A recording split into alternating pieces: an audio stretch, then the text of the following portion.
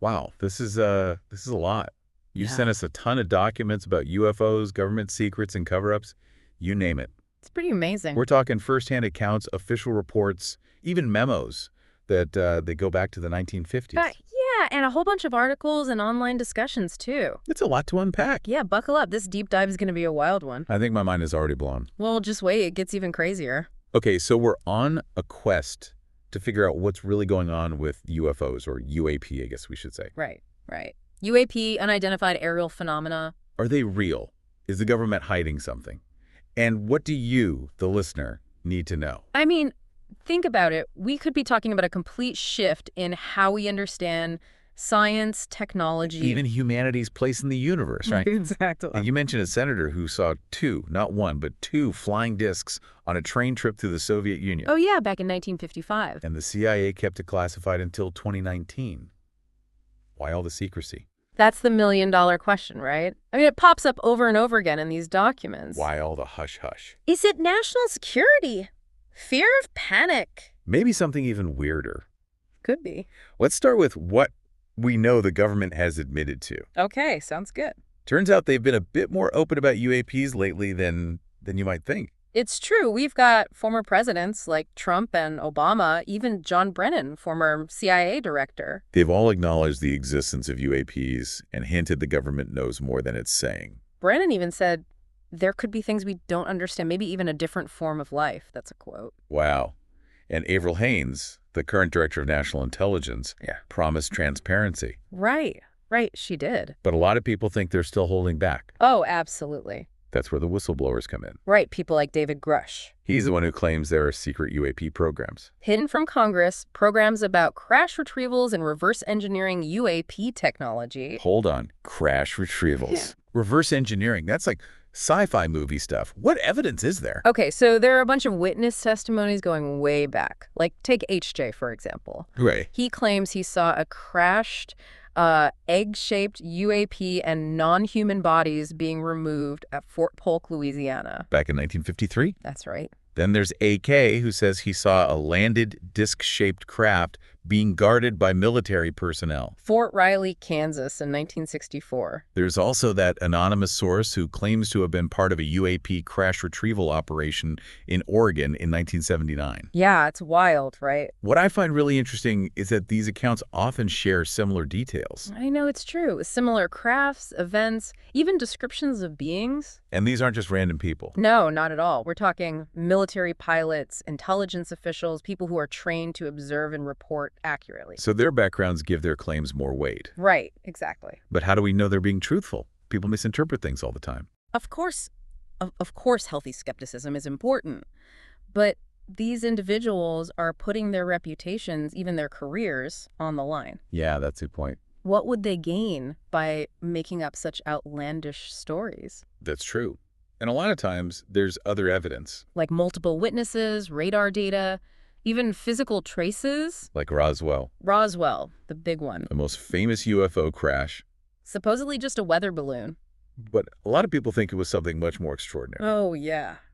For sure. We even have KA in the documents, who describes being part of a crash retrieval in New Mexico, maybe even connected to Roswell. He claims he saw the craft and the bodies of the occupants. That's incredible. And remember those early reports from Roswell? Yeah, I remember. They talked about a flying disc. Right, and suddenly it's a weather balloon? So many conflicting stories and cover-ups. Makes you wonder. Was it a deliberate attempt to hide the truth? Or just, confusion and changing information? It's hard to say. It really is. And Roswell isn't the only alleged crash site. Some sources claim there have been similar events all over the world. Right, and then the recovered materials are sent to places like Wright-Patterson Air Force Base for analysis. Which brings us to reverse engineering. Yeah, the idea that the government, maybe even private companies, are trying to figure out this technology, maybe even copy it. Are we saying things like fiber optics, integrated circuits, even stealth technology could have come from alien spacecraft? It's a fringe theory, for sure. But some pretty credible people believe it. Like Philip Corso, former Army intelligence officer. He claims he helped introduce recovered UAP technology into U.S. industry. He even says things like fiber optics and night vision came from studying the Roswell debris. Yeah, that's what he claims. But how could they keep something like that secret for so long? That's where the disinformation campaigns come in. We've got documents like that 1953 CIA memo outlining how to discredit UAP witnesses. Make them look unreliable. Right, or like they're just attention seekers. And it wasn't just public perception. There's evidence they misled Congress. Classifying information, denying access to documents. Maybe even breaking the law by not reporting these activities. It's a big mess.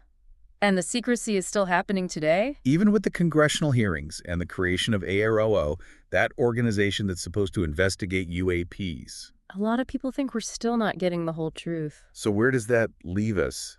Government officials admitting they know more than they're saying? Whistleblowers, cover-ups, disinformation? It's definitely unsettling, isn't it? It suggests something is being hidden, but what is it? Is it some super advanced tech from another country? Or a natural phenomenon we just don't get yet? Or is it something completely beyond our understanding? I guess that's what we're trying to find out. Let's dig into some of these specific sightings and encounters. That's a great idea. It's weird, right? It seems like a lot of these UAP sightings happen near nuclear facilities. Yeah, that's definitely a pattern we see in these sources. It's been a mystery for a long time. Is there a connection? Some people think, well, they think UAPs might be drawn to the energy from nuclear reactors. Makes sense. Or maybe they're, I don't know, keeping tabs on our nukes. Watching us. Yeah, like for some reason they're really interested in our nuclear capabilities. That's a bit creepy. Yeah, it's not exactly comforting to think about something unknown messing with our nukes. No, not at all. Well, Do you have any specific examples from the documents? Oh, plenty. Remember AK saw that disc-shaped craft at Fort Riley? Well, guess what? They had nukes there too back then. Oh, wow. And then there were those incidents at Malmstrom Air Force Base. In Montana. Yeah, in 1967, and then again in 2012. UAPs near missile silos. And both times, the missiles malfunctioned. Really? At the same time? Yeah, it makes you wonder. Is that just a coincidence? Maybe, maybe not. And then there's the Indian Point nuclear plant in New York back in 1984. What happened there? Big cone-shaped object hovering right over a reactor. How long was it there? A few minutes, security saw it, and guess what? Plant security systems went haywire. During the sighting. Yep. Hard to ignore all these connections, right? Definitely seems like more than just a few random events. Right, it's a pattern. So we've got UAPs, they might be interested in our nukes, and a lot of people say they have technology that's, well, way beyond ours. Right, are we talking like faster than light travel? Invisibility cloaks. Yeah, the works. I mean, is there any proof of that? Well, no concrete proof of those specific things. Okay. But when you read how people describe UAPs, how they move. It definitely suggests they have something we don't. Right. I mean, people consistently report these insane speeds, sudden acceleration, changing direction on a dime. Like they're not even following the laws of physics. Exactly. Like the Tic-Tac, right? Oh, yeah, the Nimitz encounter in 2004. Navy pilots saw this white oblong thing. Moving in ways they'd never seen before, like defying gravity. It just appeared and disappeared. Popping up in different spots instantly. And it wasn't just a quick glimpse. They had radar data. Multiple witnesses. The Pentagon even released videos of it. Which really made people pay attention. Definitely. The Nimitz case, it brought UAPs into the mainstream conversation. Forced the government to admit something strange was happening. Right. But even with that admission, we're still in the dark. More questions than answers. Exactly. It's like we're seeing glimpses of something we just don't understand. A whole other reality. So we've got these UAPs, maybe they're interested in nukes, they have this crazy tech. Yeah. Is there any evidence that, that the government's trying to develop this kind of technology too? Now that's where things get really interesting. A lot of your sources point to these, well, very unusual technologies. Being developed? Yeah, maybe by the government, maybe private companies too. Can you give me some examples? Sure, like Edgar Fouch, former Air Force Master Sergeant. Okay, what did he say? He claimed he worked at this secret facility called DARK. Dark. Yeah, it's supposedly located under Groom Lake. Wait, Groom Lake, that's like... Area 51, yeah. Oh. He described seeing a whole anti-gravity propulsion system. Yeah, and overhearing discussions about this quasicrystals. Quasicrystals? Yeah, they're materials with these unique atomic structures, supposedly used for things like... Propulsion. Yeah, propulsion communication. Wait, but quasicrystals are real, right? I've heard of those. They are. They were discovered in the 80s. They do have some pretty unique properties. So what's the connection to UAPs? Well, what Fuchs is suggesting is that maybe we haven't even scratched the surface of what these materials can do. Like they have applications we don't even know about. Right. Maybe applications connected to UAP technology. Interesting. What else? There's also Project Winter Haven, a program from 1956. What was that about? They were exploring this thing called electrogravitics. Electro what? Electrogravitics. Basically, it's the idea of manipulating gravity with electromagnetic fields. To do what? Build a super fast aircraft. Seriously? Yeah, they wanted to build a saucer aircraft that could go Mach 3, 3 times the speed of sound. Using this theoretical technology. Hey, it was the Cold War. That's true. Everyone was trying to one-up each other, get that technological edge, I guess it makes sense they'd look into anything. even if it sounded crazy at the time. So what about more recent stuff? Well, there's Salvatore Pace, Who is that? scientist at the Naval Air Station Patuxent River. He filed patents for this triangle-shaped craft, That could what? achieve anti-gravity effects. Hold on, patents. So this is like official documentation. Patents are public record. But if this stuff is so secret, how did he even get the patents approved? That's the thing. The Navy really pushed for these patents. So they must be taking it seriously. Yeah, it's not just some random idea. Wow. And these are just a few examples, right? Oh, yeah, there are so many others. Project Outgrowth, Project Galileo, rumors of time travel research, Time travel. even teleportation. It's like, where do you even begin? It's almost too much. Nuclear connections, crazy tech, secret programs. It's a lot to take in, for sure. So how do we make sense of it all? Well, there's this framework. It might help tie everything together. Okay, what is it? The ultra-terrestrial hypothesis. Ultra-terrestrial. Yeah, it was developed by this physicist, Hal Puthoff. I've heard that name. He was involved with the Pentagon's ATIP program. That's the Advanced Aerospace Threat Identification Program. Okay, so what is this ultra-terrestrial hypothesis all about? It basically says that, well, the UAPs, the advanced technology, maybe even some kind of intelligence behind it, Yeah. it might not fit into how we currently understand the universe. So it's not just aliens from another planet. Not necessarily. It could be, but it could also be so much more. Like what?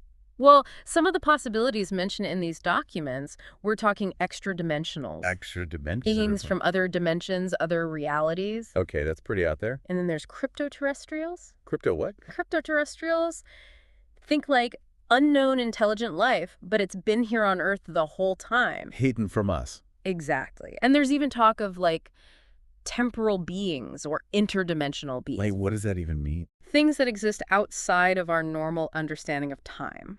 So we could be talking about stuff that completely changes how we see physics, reality. Even consciousness. Wow. The ultra-terrestrial hypothesis, it makes you confront the unknown. Consider possibilities that, well, that might sound ridiculous at first. It forces you to question everything you thought you knew about reality. I have to say, this is all getting a bit mind-blowing. It is, right? But it's also, I don't know, kind of exciting to think about. Yeah, there might be so much more to the universe than we can even imagine. Maybe this ultra-terrestrial thing, maybe it's the key to understanding UAPs. It might be. It's definitely a different way of looking at things. So where do we go from here? We've talked about the evidence, the Right. government, these crazy theories. Being quite a churn. What's next? You know, as we go through all this, there's something else that keeps popping up. What's that? Private companies.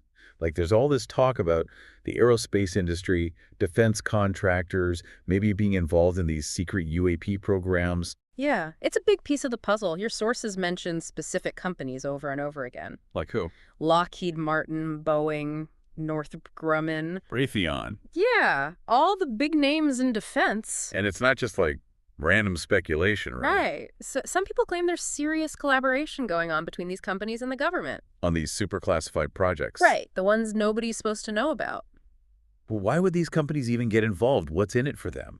Well, think about it. If you could reverse engineer UAP technology, Yeah. you could have breakthroughs in propulsion, energy, materials. We're talking technologies that could change everything. Exactly.